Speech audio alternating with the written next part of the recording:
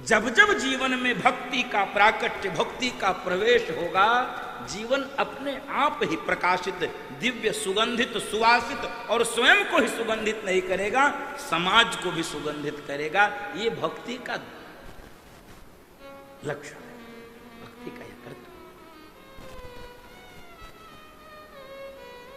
लेकिन सुनो लक्ष्मण, मैं जानकी के दैहिक सौंदर्य से प्रभावित नहीं हूं। भगवान ने सावधान किया लक्ष्मण जी, जानकी जी के दैहिक सौंदर्य, देह के सौंदर्य से प्रभावित नहीं हूं। जासु विलोकी अलौकिक शोभा।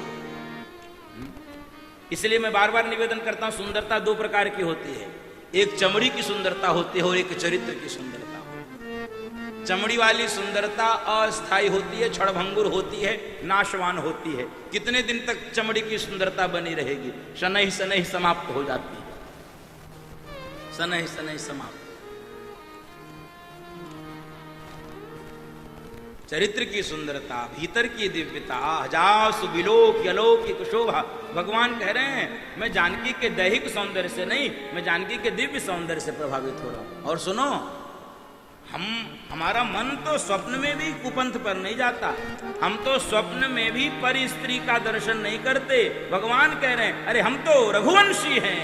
रघुवंशी नाकर सहज स्वभाव, रघुवंशी नाकर सहज स्वभाव, पंथ पावो धराई न काओ, मनु को पंथ पावो धराई न काओ, मोहि अतिशय प्रातीति मान केरी, मोहि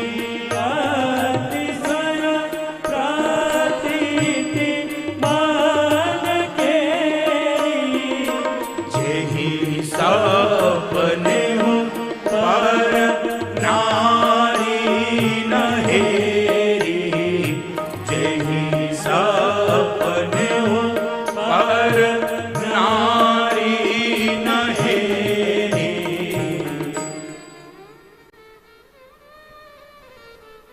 जेहि सपने हूँ पर नारी न हेरी। रघुवंशिन कर सहज स्वभाव, हमारा ये सहज स्वभाव है। कुपंथ पर नहीं हम चलते, हम सुपंथ पर चलते हैं। और स्वप्न में भी हम परिस्त्री का दर्शन नहीं करते।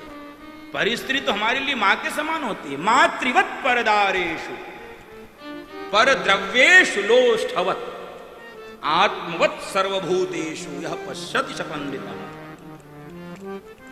जो दूसरों की स्त्री को मां के समान, दूसरे के धन को मिट्टी के ढेले के समान और अपने जैसा ही सबको समझता है, वही ब्रह्म सब में है, कण कण में है, रोम रोम में है, आत्मवत सर्वभूतेषु, उसे पंडित कहते हैं। ऐसी दृष्टि जिसके पास है वो पंडित होता है। यह पश्यति स पंडितः।